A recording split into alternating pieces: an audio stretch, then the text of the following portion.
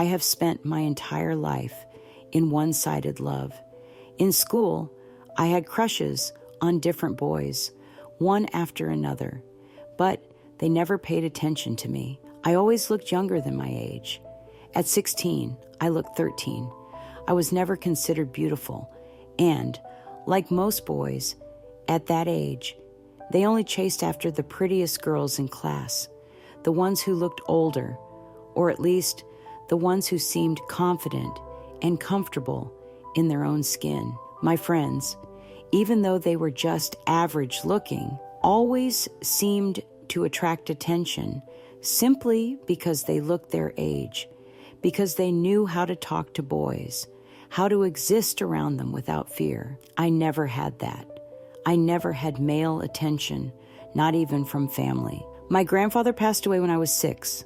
My father left us at the same time. For most of my life, I never had a single male figure in my world. I never learned how to talk to boys, what to say, how to act. I was afraid of them. I was terrified of saying the wrong thing, of looking foolish, of embarrassing myself. My first love wasn't even real.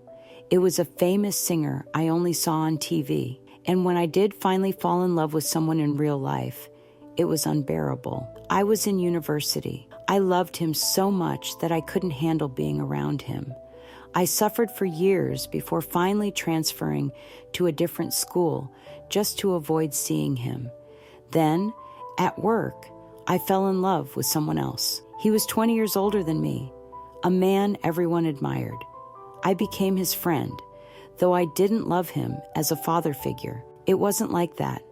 If anything, I felt like I was the older one in our friendship. He had such a carefree, youthful energy. I wanted to protect him, to take care of him, to be important in his life, but I was nothing to him, just a friend, just another person passing through his world. Then came another love, another coworker, someone my age. This time, I was brave. I told him how I felt. He rejected me. After that, I swore I would never confess my feelings to a man again. I can talk to them normally now. I can be casual and friendly, but I will never be the first one to admit my emotions. All I can do is sit silently, watching the man I love, hoping he somehow just knows, hoping he will make the first move. That one rejection scarred me for years. I spent 12 years loving him from a distance, watching his life unfold without me, watching him get married, have children, build a life I could never be part of. It was a nightmare. My first real relationship came much later. He was 12 years older than me. He was a terrible man, an alcoholic, a womanizer, cruel and selfish. But I was desperate. I convinced myself that if I worked hard enough, if I loved him enough, he would change. He told me to my face that he didn't love me, but I refused to believe him. I thought he was just scared of commitment. I thought in time he would see how much I loved him, and that would be enough, but it wasn't. He left me for another woman. I cried for a year. At least it wasn't 12. From then on, I hated men like him. I hated cheaters, alcoholics, players. I thought I had finally learned my lesson. And then, for the first time in my life, I had a man truly love me. But I didn't love him. He was kind. He adored me. He wanted to marry me. And I said yes.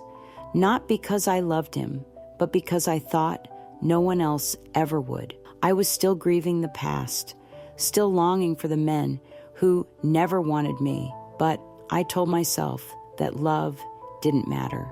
Life didn't matter. If I couldn't have the person I loved, then why not give my life to a good person, even if I didn't feel anything for him? It was a mistake. My marriage is a disaster. I want to leave. More than anything, I want to build my own life, my own career, to start over, to have another chance. But I can't, not yet. And in the middle of this unhappy life, I have found myself falling in love again, this time with someone who barely knows I exist. A man I met through work, a man I have only met a handful of times, and yet he is all I can think about. I spent a month crying over him, knowing that I was invisible to him, knowing that we would never meet again, that this would be another love, added to my collection of silent heartbreaks. I even tried once. I made up an excuse to see him again, a work-related meeting that wasn't really necessary. He promised to call me later, but he never did. He probably saw right through me, probably realized I had no real reason to be there. But the truth is, if he had wanted to see me, he would have found a reason. If he had wanted to talk, he would have made the effort, but he didn't. And I know what that means.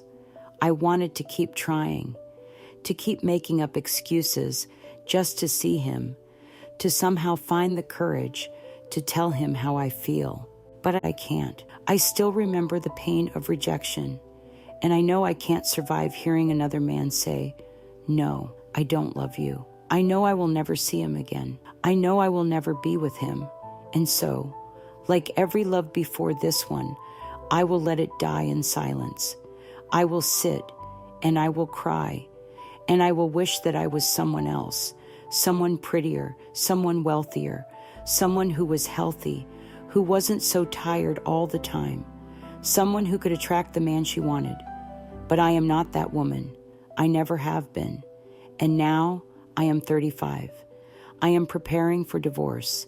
Soon I will have to work even harder, raise my child alone, build a life that will belong only to me. Love will not be part of that life. It never has been, and it never will be. I used to think that love was something that happened to everyone, that one day I would finally meet the right person, that I would feel the warmth of a love that was mutual, a love that didn't require me to beg for attention, to wait endlessly for a response that would never come. But now, I don't believe in that anymore. Maybe some people just aren't meant for love. Maybe I am one of them. Maybe my purpose in life is simply to survive, to do what needs to be done, to keep moving forward, even when every step feels heavy. I don't know if I will ever be truly happy. I don't know if I will ever feel wanted, but I do know that I can't keep waiting for something that will never come.